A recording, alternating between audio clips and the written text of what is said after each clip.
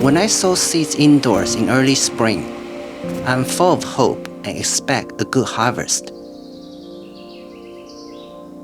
But sometimes things don't work out the way I expected. It's not the fault of the gardener or the seed. There's always something out of control. But that is the thrill of gardening, the unexpected. I do my best to provide the ideal conditions for the seed, but at the same time, knowing perfection is a waste to chase. To me, everything is perfectly flawed.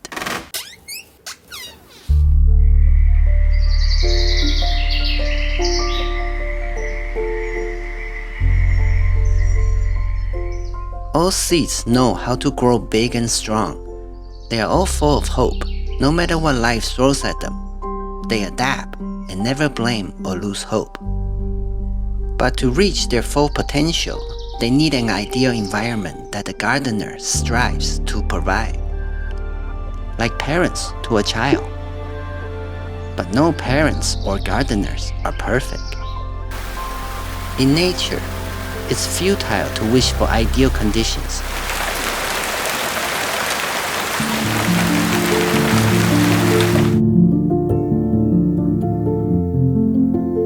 No matter how little, every seed will always be different, and every spring will not be the same. Imperfection fuels evolution. If the universe were perfect, it would cease to exist.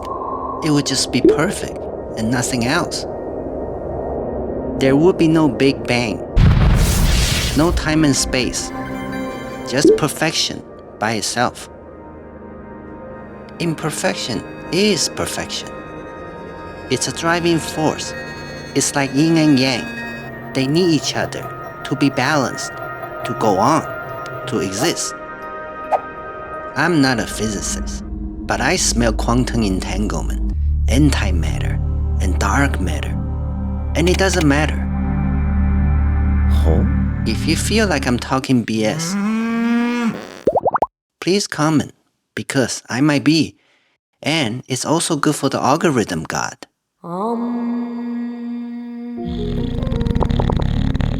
A seed sleeps, is full of hope, aspires to grow, and forgives all.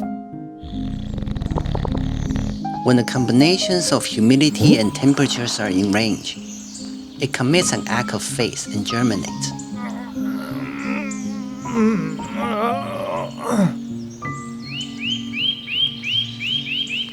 Without knowing what tomorrow will be like. It grows and remains in one spot in a garden for the rest of its life, never judging the one who planted there, and for what purpose. It knows how to grow to its full potential. No matter how harsh and cruel, it accepts all the weather gives, and never blames the gardener. I have 8 tips to share with those of you who are beginners wanting to start seeds indoors. Number 1, clean the nursery. Microbes, pathogens, and mold spores are invisible to the naked eyes, but can easily kill young plants. The symptoms of infections can take weeks to show and are impossible to eradicate once observed. So it's good insurance to sanitize all containers and trays. Try not to use those one-time biodegradable containers. I tried a few and even made my own with newspapers. But they all disintegrate too slowly, therefore restricting root growth. Removing them before transplanting will cause unnecessary root damage, as the roots are semi-grown into the pots. The porous organic materials also require frequent watering, as water evaporates from all sides instead of just the top, like in a plastic container. I have a healthy collection of pots of different sizes, which I collected over the years from people's garbage on the roadside, and I reuse them every year. Number 2. Use the best growing medium. The safest and easiest way is to buy it off the shelf as they are designed for it. The material in the seed starter mix will promote ideal moisture and air. Don't make this mistake. Before using the seed starter, ensure it is moist but not soggy. If it seems dry, it probably is. Add some water and massage it into the mix. I think it has to do with the water's surface tension. When the mix is too dry, water cannot penetrate it, making watering from the top or bottom of the pot impossible. If the seeds are already in the mix, it's too late unless you can pick it out and salvage the tiny seeds by hand. And if you were cocky like me and made this mistake, you will likely only make it once, as the annoyance of redo will remind you not to do it again. Number 3. Watering. Imagine the soil mix is like a thick towel. The goal is to keep the towel moist and never let it completely dry out. Nor should it be wet and soggy for too long. This is also why using a proper seed starter mix will automatically ensure zero water logging, so the plant can breathe. When in doubt, always let it be on the dry side before watering. Most beginners tend to overwater. Number 4. Maintaining the proper temperature. Like people, seeds can also get sick from heat stroke and hypothermia. The seed package will show you the ideal germination temperature. Use a thermometer and whatever you have to achieve the target range. It can be a heating pad, an old school incandescent light bulb, or whatever it takes.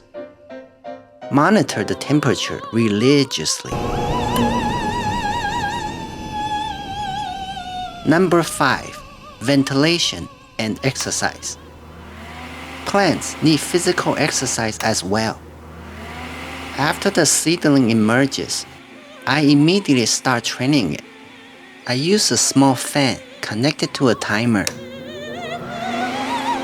and let the juvenile plants wiggle in the wind for approximately 20 minutes, twice or 3 times daily. The idea is no pain, no gain.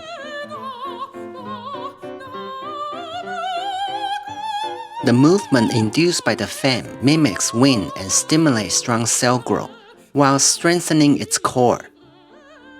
Number 6. Give it room to grow. As the plants grow, thinning and transplanting become necessary. Each plant requires its own space so its leaf can catch the maximum light and roots can proliferate in the soil. Number 7. Nutrients. As they grow, plants absorb the micronutrient from the potting mix, so at some point I feed it an all-purpose fertilizer when the seedlings are about 2 inches tall.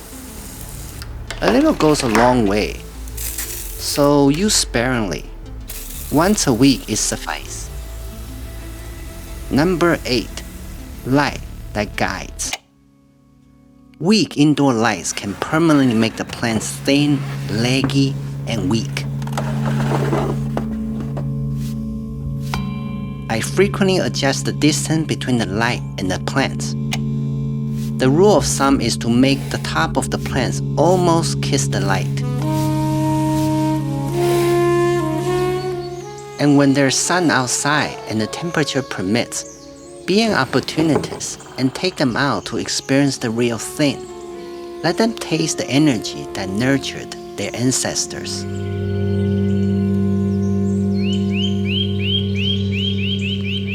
As they grow bigger, the soil will eventually be laced with roots.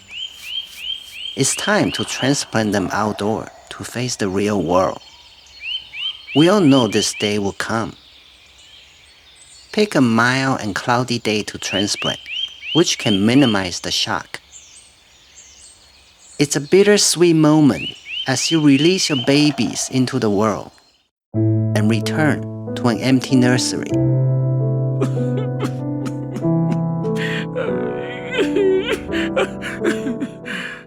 You hope it will be courageous and strong. You hope it will blossom and bear fruit one day as it endures its first night out. You hope Mother Nature will love them as much as you did.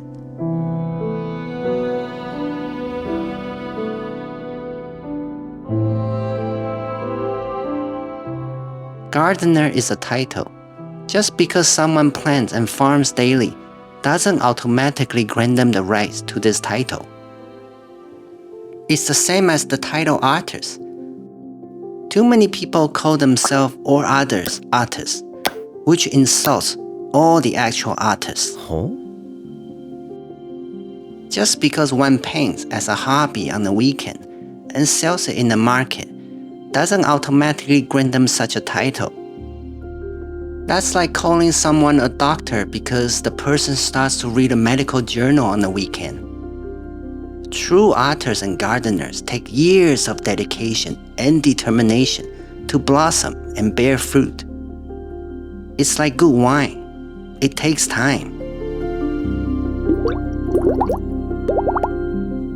Everything is perfectly flawed.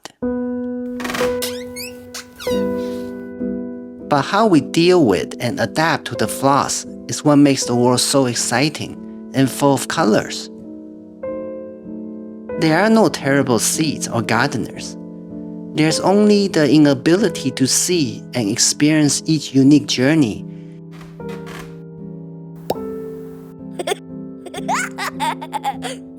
And that everything has a cause and effect. All of our stories deserve respect and compassion, whether it's a seed or a gardener. Only then can we truly see we are all gardeners and seeds in the making.